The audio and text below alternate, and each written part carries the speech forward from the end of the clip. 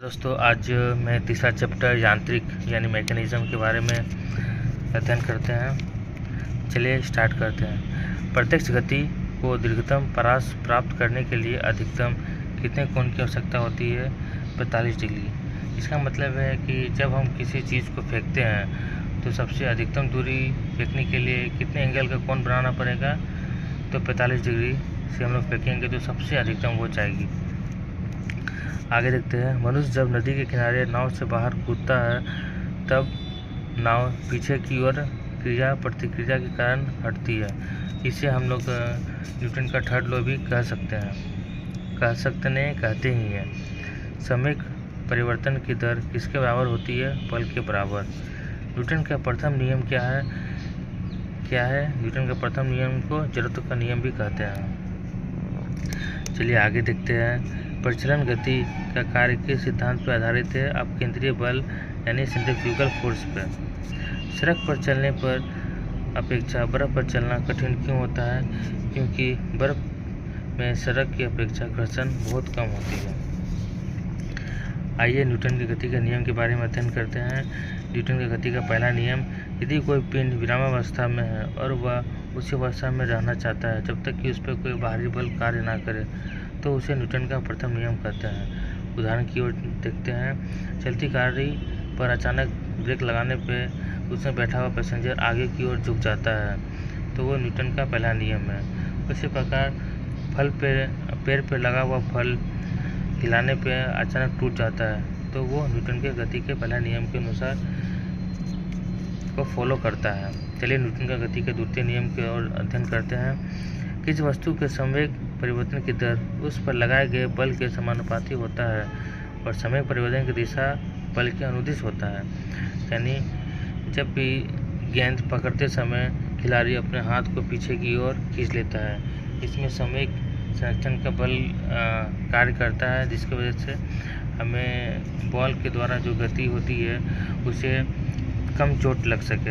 यानी चलिए तृतीय नियम की ओर देखते हैं। तृतीय गति का नियम, प्रत्येक क्रिया के बराबर और विपरीत दिशा में प्रतिक्रिया होती है, इसलिए गति के तृतीय नियम को क्रिया प्रतिक्रिया के नियम कहते हैं। यानी एक्शन रिएक्शन। हम किसी को मारते हैं, जितना जोर से हम मारते हैं उतनी जोर से हमें भी चोट लगती है, इसे न्यूटन का थर्ड लॉ कहते हैं। जैसे बंदूक से गोली निकलते समय बंदूक पकड़ने वाले व्यक्ति को पीछे की ओर धक्का लगता है। रॉकेट वायुयान की गति, चप्पू चलाने पर नाव की गति। ठीक है, चलिए आगे देखते हैं। ऊर्जा संरक्षण का क्या आशय है? ऊर्जा का ना तो सृजन किया जा सकता है और ना ही इसे नष्ट किया जा सकता है। ठीक है, अंतरिक्ष से गिरता हुआ पिंड पृथ्वी के वायुमंडल में प्रवेश करने पर क्यों जल उठता है? क्योंकि वायु के घर्षण के कारण। अंतरिक्ष में किसी प्रकार का कोई घर्षण नहीं है और पृथ्वी के वायुमंडल में आते के साथ घर्षण उत्पन्न हो जाती है, जिसके कारण किसी भी प्रकार का अंतरिक्ष से आया हुआ कोई भी टुकड़ा वो जल उठता है। ग्रही पिंडों की परिक्रमण गति ग्रहों द्वारा सूर्य का परिक्रमण कहलाती है। यह भी केंद्रीय बल पर यानी सेंट्रीपिटल फोर्स पर काम करती है। दूध मथने के पश्चात क्रीम का दूध से पृथक हो जाना अब केंद्रीय बल कहलाता है। वायु को ध्रुवीय गति का क्या कहते हैं? वायु को ध्रुवीय गति को क्या कहते हैं? यह वायु विक्षोभ यानी विंड कहते हैं। रॉकेट के सिद्धांत पे क्या करता है? रॉकेट समय संरक्षण के सिद्धांत पे कार्य करता है। चलिए आगे देखते हैं। किसी पिंड के संवेग और वेग के अनुपात से प्राप्त मान क्या कहलाते हैं? ये द्रव्यमान। त्वरण ज्ञात करने का सूत्र क्या है? यानी V = U + AT। तेल से आशय भरा हुआ टैंक समतल सड़क पर एक समान त्वरण से जा रहा है। तेल का मुक्त पृष्ठ क्या होगा? परवलय वक्राकार। चलिए आगे देखते हैं। एक समान वृत्तीय गति का त्वरण एक समान रहता है। किसकी उपस्थिति के कारण ब्लैक बोर्ड तथा कागज पर लिखना संभव है? घर्षण। ठीक है, ये न्यूटन की गति का उदाहरण है। चलिए आगे देखते हैं। सरल आवृत्ति गति के बेलन में किसकी आवश्यकता होती है? प्रत्यास्था एवं जड़त्व दोनों की। कमानी तुला किस सिद्धांत पर कार्य करती है? ये हुक नियम पे कार्य करती है।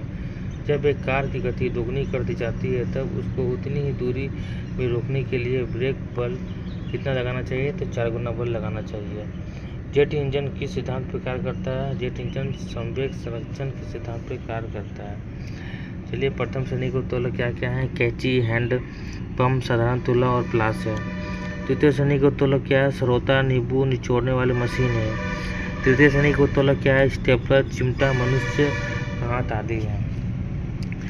देखिए क्या लिखा हुआ है, पेचकस स्क्रू ड्राइवर के द्वारा पेच घुमाने एवं दरवाजे के हत्थे का कब्जे से दूर लगाना बल घूर्णन यानी टॉर्क के उदाहरण है। ठीक है, आगे क्या है, आगे भी देख लेते हैं। ये गुरुत्वाकर्षण अगले अध्याय में पढ़ेंगे। चलिए नमस्कार, बाय बाय, टाटा।